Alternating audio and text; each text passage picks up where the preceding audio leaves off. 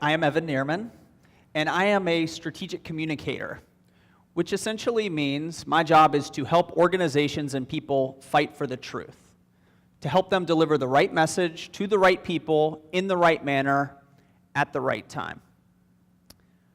I'm here today to talk about an important topic, not just for PR people and communicators, but for every single one of us, and that is how we risk our lives online. Now, because I'm a proponent of open communication, I want to be very honest with you. I have a confession to make before we get started here, which is, while I'm excited to be with you, I'm also very sad and I'm very frustrated. Because many of us in this room are going to decide within the next couple of minutes that you don't like what I'm going to tell you, and you don't like what we're going to talk about. And you're going to draw a conclusion about me, and you're going to say, this guy, he's old, he's out of touch. Yeah, he may be wearing jeans and sneakers, but he doesn't understand. He's not a millennial. He's not connected with this new modern world that we're living in. Forget about it. And what's going to be the consequence? Well, for some of us, our boyfriends or girlfriends are going to dump us. For some of us, we're not going to get that job we were hoping to get. We're going to end up getting bullied online. We're going to embarrass ourselves. We're going to get trolled. We're going to face some really unpleasant things. Now, my hope is, for the vast majority of us, the opposite will be true. And instead, what we choose to do online and how we present ourselves is going to have lots of positive consequences. We're going to find that internship that leads to that ideal job that puts us on the path to a career that's interesting and exciting and lucrative and rewarding. We're going to connect with like-minded people who share our values online. And we're going to perhaps even meet a life partner, someone who we spend our lives with. We're going to connect with friends. We're going to find interesting things. We're going to challenge ourselves intellectually. So we've got the carrot and the stick, the good with the bad. And it's going to happen to all of us. Why am I so sure? Because it's happening to people every day.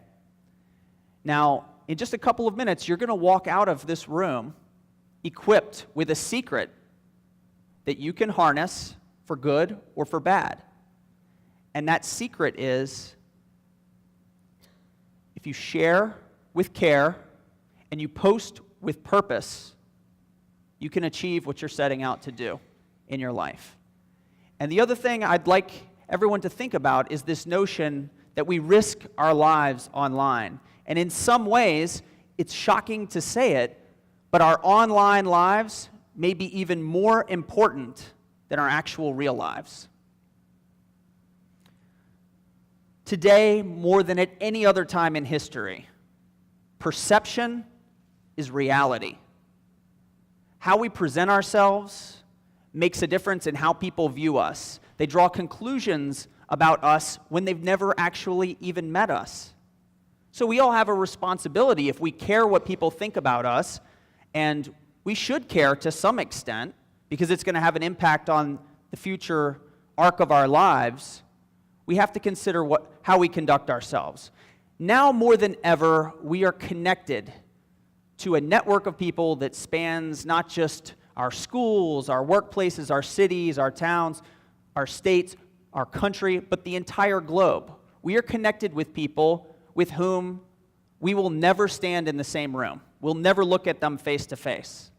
And so these people are going to draw, many of them, conclusions about us based on not a conversation, not an opportunity to dissuade them of any misperceptions that they have or misconceptions. They're going to be looking for information about us. They're going to be looking for clues. And where are they going to be doing that? They're going to be doing that online. So there are two concepts that I think we all need to bear in mind.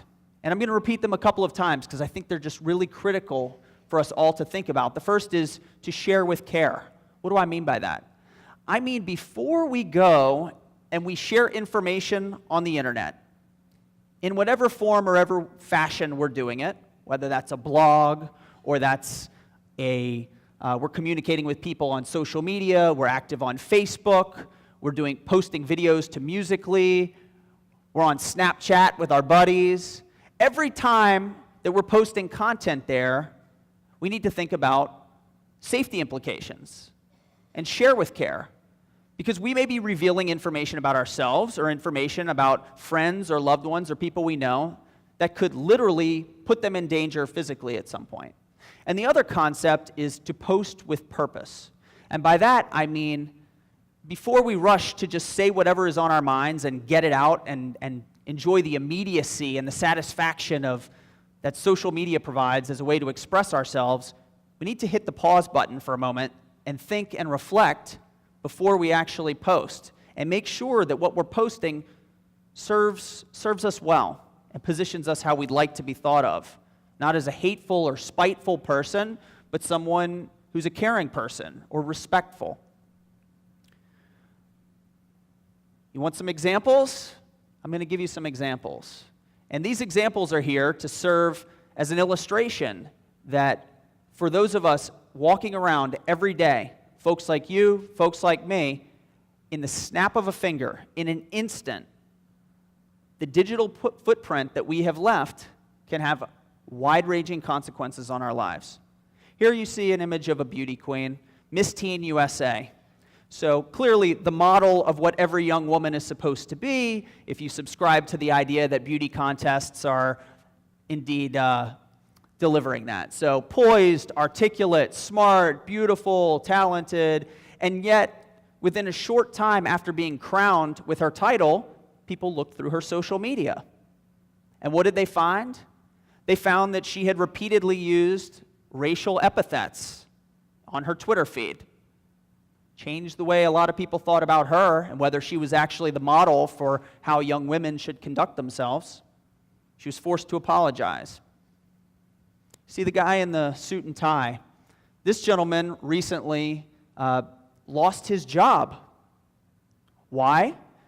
Because during the State of the Union address, he tweeted. And the tweet that he sent out, I have no doubt, was in the heat of the moment. He felt passionately about what he was saying. And he sent out a tweet that actually was disparaging toward the wife of a serviceman who lost his life in a military operation. So he was roundly criticized by people on both sides of the aisle. There was a big hubbub on social media. And you may be thinking, well, it's social media, it's a tempest in a teapot, it's online. Well, it had real consequences because within a couple of days, his bio had been removed from his company's website, he had been fired, and the company that he worked for was forced to release a statement saying that the comments that their former employee made don't reflect their values, and he was no longer with the company. Next, you have a young man you see at the top of the screen.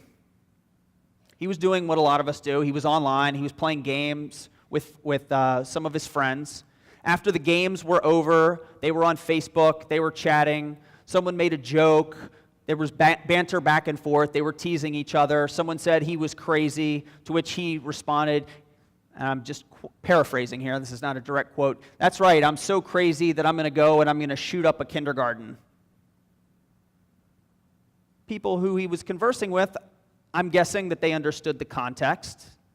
They felt like they were having this back and forth. They understood that he didn't literally mean that he intended to go and shoot up a kindergarten and have blood raining down.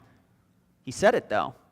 And guess what? It wasn't his friends or the people he knew who saw that comment that created the problem for him. It was someone else who came across these, was alarmed by what she had seen, and contacted the police. Now, mind you, this was within a few weeks of a shooting at Sandy Hook Elementary School. Police at any time would take threats like this seriously, but in that context, they took it even more seriously.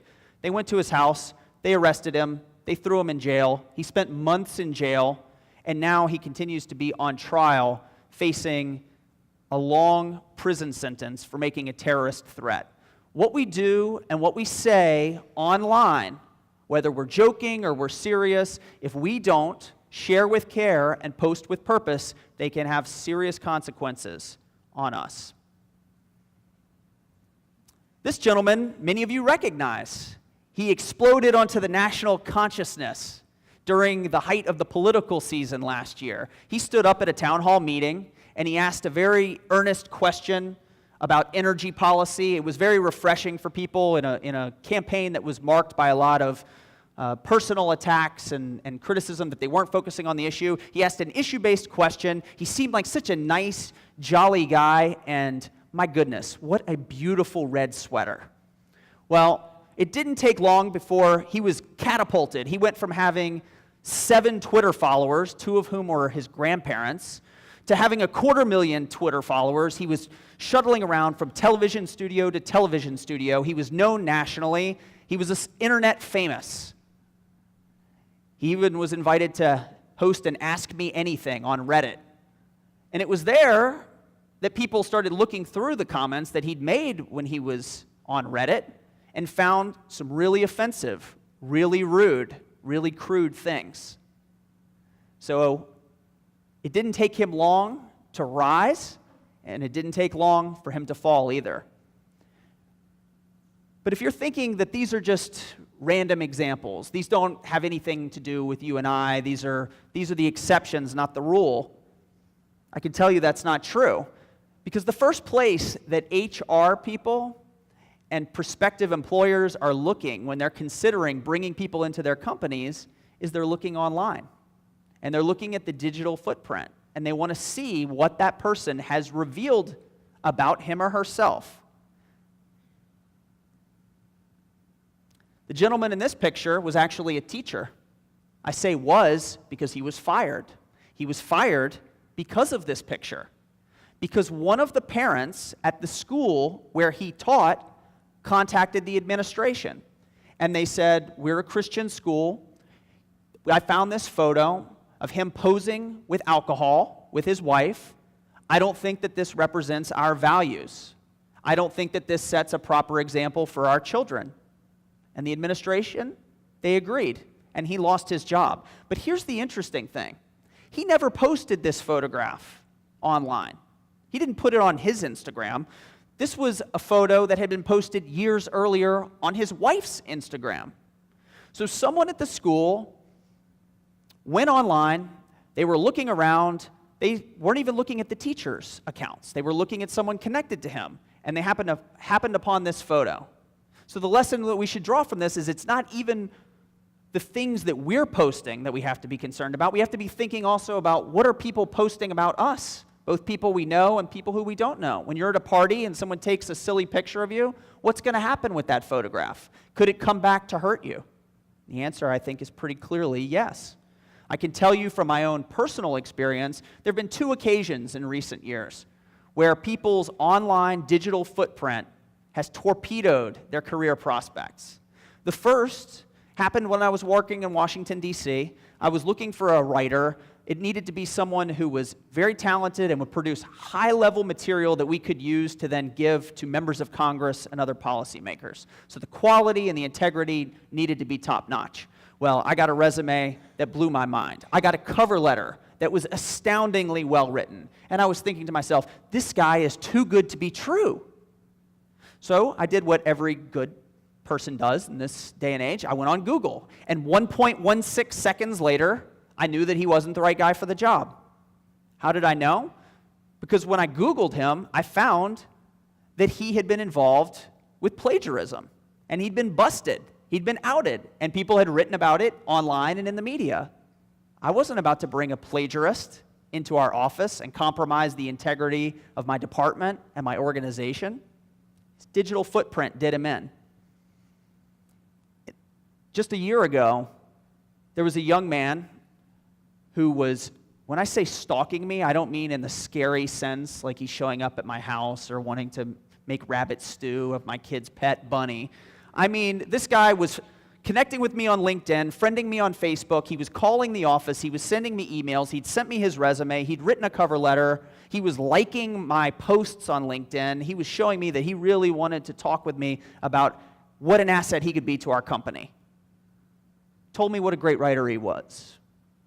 Big mistake, because I wanted to see. And the writing was pretty good, but I checked out his blog.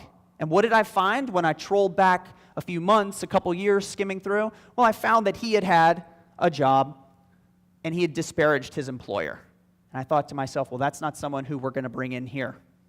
Too much of a risk. So, where does that leave us? It means all of us, before we go to share anything online, we need to do the two things that I'm describing to you. We need to share with care, and we need to post with purpose. So we need to hit the pause button, we need to think, and we need to consider that people all around us are going to be drawing conclusions about us based on what we're putting out there into the world. They're going to draw a conclusion about us. They're going to take all these different pieces of information that are out there into the world and piece them together like pieces of a puzzle to put together a picture of who they think we are. And at the end of the day, all of us need to consider, are we going to take to heed this discussion that we're having right now? And are we going to decide that not just some of the time, not just every once in a while, but all the time, are we going to think about what the implications are of what we share online? And instead of being an oversharer, are we going to be more cautious, more reserved, more strategic about what we put out into the world? Well, I hope that it's something that all of us will do and all of us will consider, because after all, our lives may depend on it. Thank you.